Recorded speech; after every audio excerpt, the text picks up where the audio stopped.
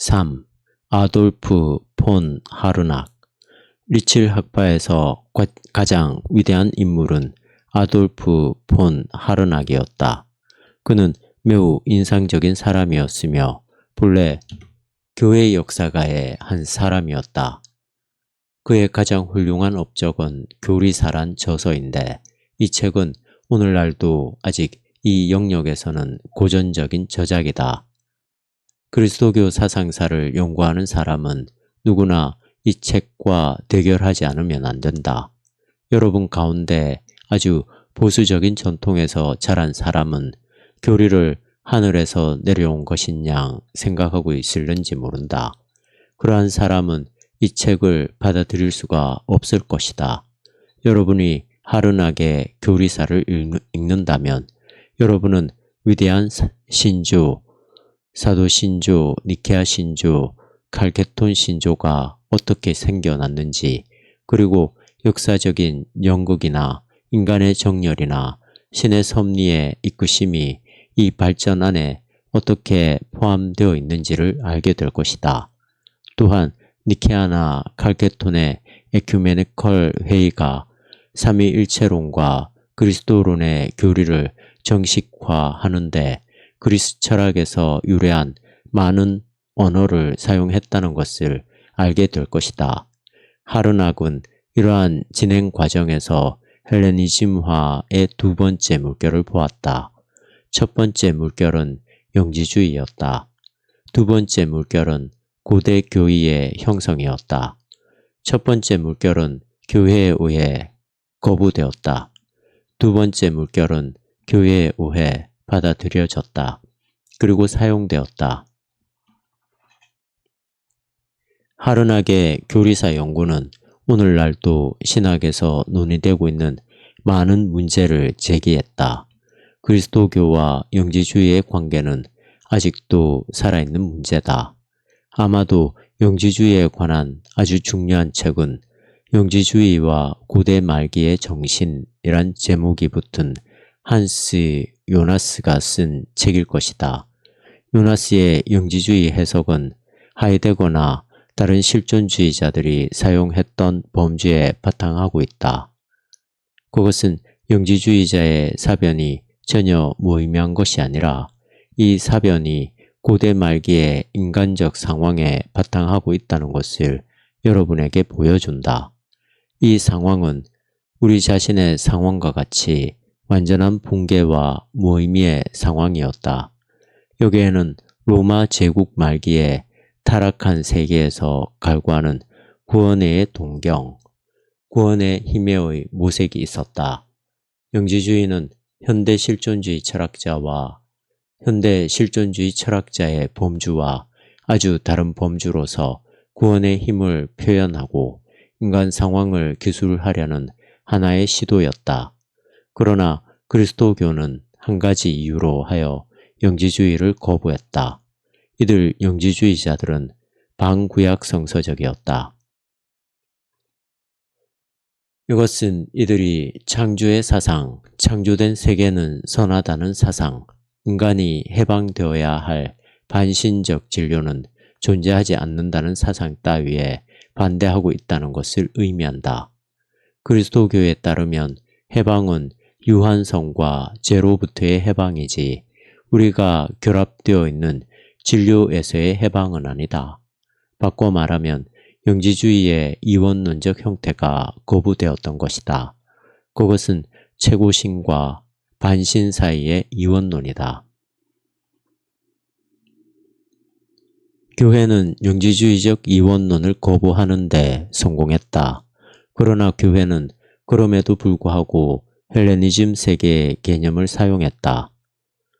여러분은 이러한 개념을 순수하고 단순한 그리스적 개념이라고 불러서는 안 된다.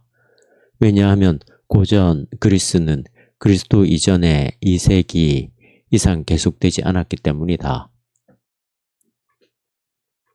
헬레니즘이 그 뒤를 이었다. 헬레니즘은 그리스적, 페르시아적, 이집트적, 유대적, 그리고 심지어 인도적인 요소의 혼합이다.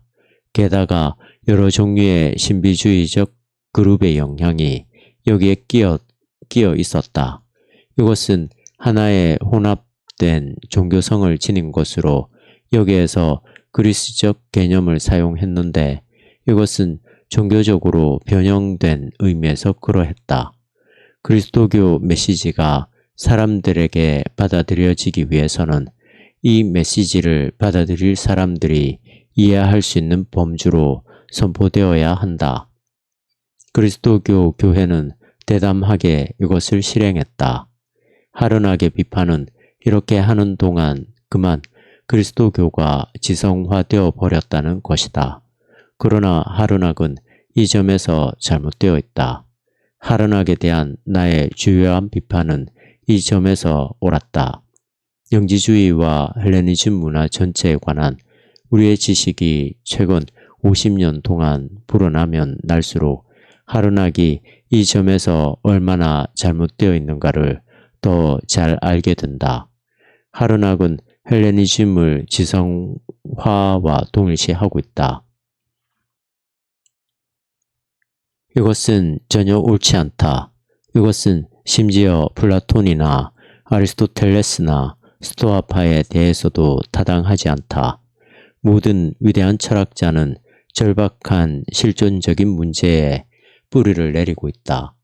다시 말해서 물음 앞에 우리를 내세운 시대의 상황, 여기에서 구원의 대답이 나오지 않으면 안 된다. 물음 앞에 우리를 내세운 시대의 상황에 뿌리를 내리고 있다. 여러분이 플라톤이나 아리스토텔레스를 읽는다면 이들의 경우에도 마찬가지라는 것을 확실히 알게 될 것이다. 그런데 헬레니즘에서는 이 점이 너무나 확실하다. 왜냐하면 기원전 100년 무렵에서 기원 후 400년 무렵까지의 전 시기는 그릇된 현실로부터의 구원의 문제가 중심이 된 시기였기 때문이다. 그리스적인 여러 개념은 그리스도교의 교의가 이것을 썼을 때는 이미 종교적 색채를 띠게 되었다. 하르낙이 헬레니즘화가 일어났다고 말한 것은 옳았지만 헬레니즘화를 지성화로서 정의한 것은 잘못이었다. 하르낙에 따르면 그리스도교의 이질적 요소가 들어온 것은 본질이나 실체와 같은 말이 교회의 공적 교회를 구성하는데 사용하게 되었을 것이다. 사용하게 되었을 때다. 이 과정은 4에서 5세기의 회의에서 시작되었을 뿐 아니라 이미 사도교부에서 시작되었는데 이것은 이 과정이 성서의 마지막 문헌과 같은 시대에 시작되었다는 것을 의미한다. 그런데 이 과정은 신학 안에서 로고스 개념을 세련시켰던 변증가에게서 강한 자극을 받았다. 이 모든 과정을 헬레니즘화라고 부르는데 그러나 그 밖의 방법으로서 그런 과정이 일어날 수 있었을까? 유교도는 유대인이 아니었기에 유대적 개념은 쓰일 수가 없었다. 더욱이 유대적 개념은 예수나 세례 요한이 나온 지역에서조차 쓰이지 않았다. 만일 여러분이 사해사본을 읽는다면 거기에 구약적인 개념이 있는 것을 발견하게 될 것이다. 그러나 그보다 여러분은 성서의 중간 시대부터 일어난 묵시문학 운동에서 유래한 여러 요소들을 발견하게 될 것이다. 유대교마저 새로운 상황에 적응하고 있었다. 유대교나 그리스도교가 살아남기 위해서는 그 밖에 다른 길이 없었을 것이다. 하르낙의 위대한 점은 그가 이 헬레니즘화의 과정을 보여주었다는 데 있다. 그러나 그의 단점은 그가 헬레니즘화의 필연성을 보지 못했다는 데 있다. 하르낙의 교리사의 영향 아래서 연구한 사람들은 놀라운 해방을 의식했다. 그것은 헬레니즘적인 개념과 그리스도교의 메시지 자체를 동일시하는 필연성에서 오는 해방이었다. 한편 나는 모든 그리스적인 요소를 배제하고 구약적인 용어만을 사용해야 한다는 사상을 받아들이려고 하지는 않는다. 그리스도교는 근본적으로 구약의 언어를 말하고 구약과 경건의 계속이라고 주장되고 있다. 만일 이런 입장이 관철되어야 한다면 적어도 신약 성서의 3분의 2는 제외되어야 할 것이다. 왜냐하면 바울이나 요한이나 다 헬레니즘적인 개념을 많이 쓰고 있기 때문이다. 뿐만 아니라 그런 입장은 교리사 전체를 제외하게 될 것이다. 이렇게 생각함으로써 우리는 구약 사상의 발전이라고 하는 특수한 발전에 새롭게 매이게 된다. 그리스도교는 그리스 사상보다도 유대교에 더 가까운 것은 아니다. 이 사실을 밝힌 사람은 그리스 사람들에게와 헬레니즘의 이교 세계에 그리스도교를 정교했던 위대한 선교자였다고 나는 믿고 있다. 하르낙에게는 세기의 전환기에 수많은 교양인들에게 강한 인상을 주었던 또 하나의 측면이 있다. 하르낙 자신이 내게 이렇게 말한 적이 있다. 1900년이라는 해에는 중앙 유럽의 가장 큰 도시의 하나인 라이프치히의 중앙철도역은 그리스도교의 본질이라고 하는 그의 책을 전 세계에 나르는 화차로 붐비게 될 것이라고, 그리고 그는 또 우리에게 이 책은 성서를 뺀 그 어떤 책보다도 더 많은 언어로 번역되게 될 것이라고 말했다. 이것은 세계를 대표하는 최고 학자 한 사람의 종교적 증언이라고 할 수 있는 이 책이 1차 세계대전 이전의 교양층에게 중대한 의의를 가졌다는 것을 의미한다. 이것은 교의의 속박에서 자유롭게 되는 동시에 성서적인 예수상에 깊이 뿌리박고 있는 상태에서 그리스도교의 메시지를 긍정하는 가능성을 의미한다.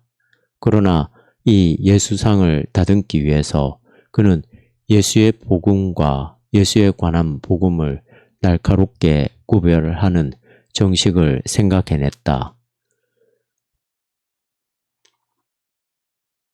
예수에 관한 복음은 예수가 전한 복음에 속하지 않는다고 그는 말했다.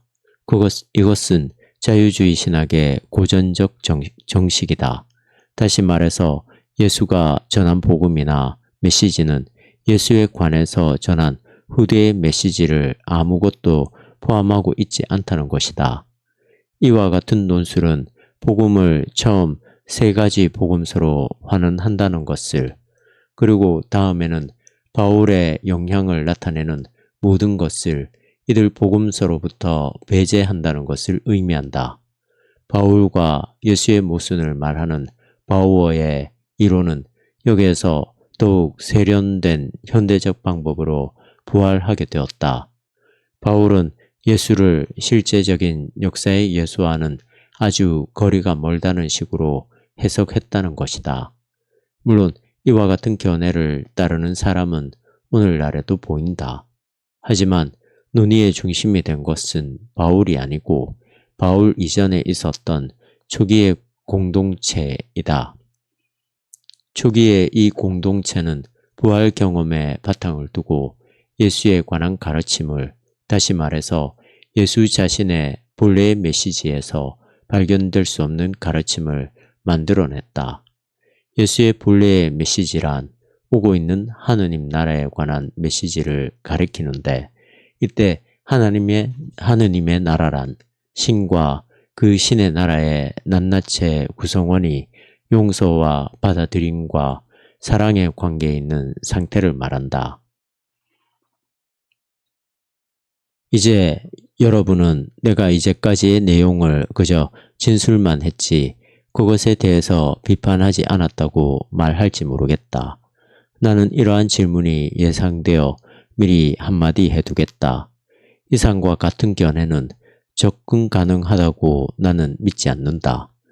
신약 성서 전체는 처음 새 복음서를 포함해서 예수는 그리스도이며 새로운 개벽의 세계를 가져올 뿐이라는 주장으로 일관되어 있다고 생각한다. 그래서 이 기본적인 주장은 한편으로는 예수와 다른 한편으로는 초기 공동체 또는 바울이나 요한이라고 하는 이 둘 사이의 분열을 극복한다고 생각한다. 성서 안에 서로 다른 것이 있다는 것은 그 문헌을 역사적으로 보는 사람이라면 누구든지 부정하거나 감추거나 할 수 없지만 그 차이가 체계적으로 절대적인 의의를 가지는지 어떤지는 전혀 다른 문제다. 모든 자유주의 신학에 대한 나의 비판은 이 신학이 진정한 조직 신학을 가지지 않았다는 점이다. 자유주의 신학은 역사 신학의 성과를 그릇된 방식으로 믿었다. 그러므로 그 체계적인 면의 성과는 비교적 빈약하다. 그러나 그 당시 많은 사람들에게는 큰 의미를 주었다.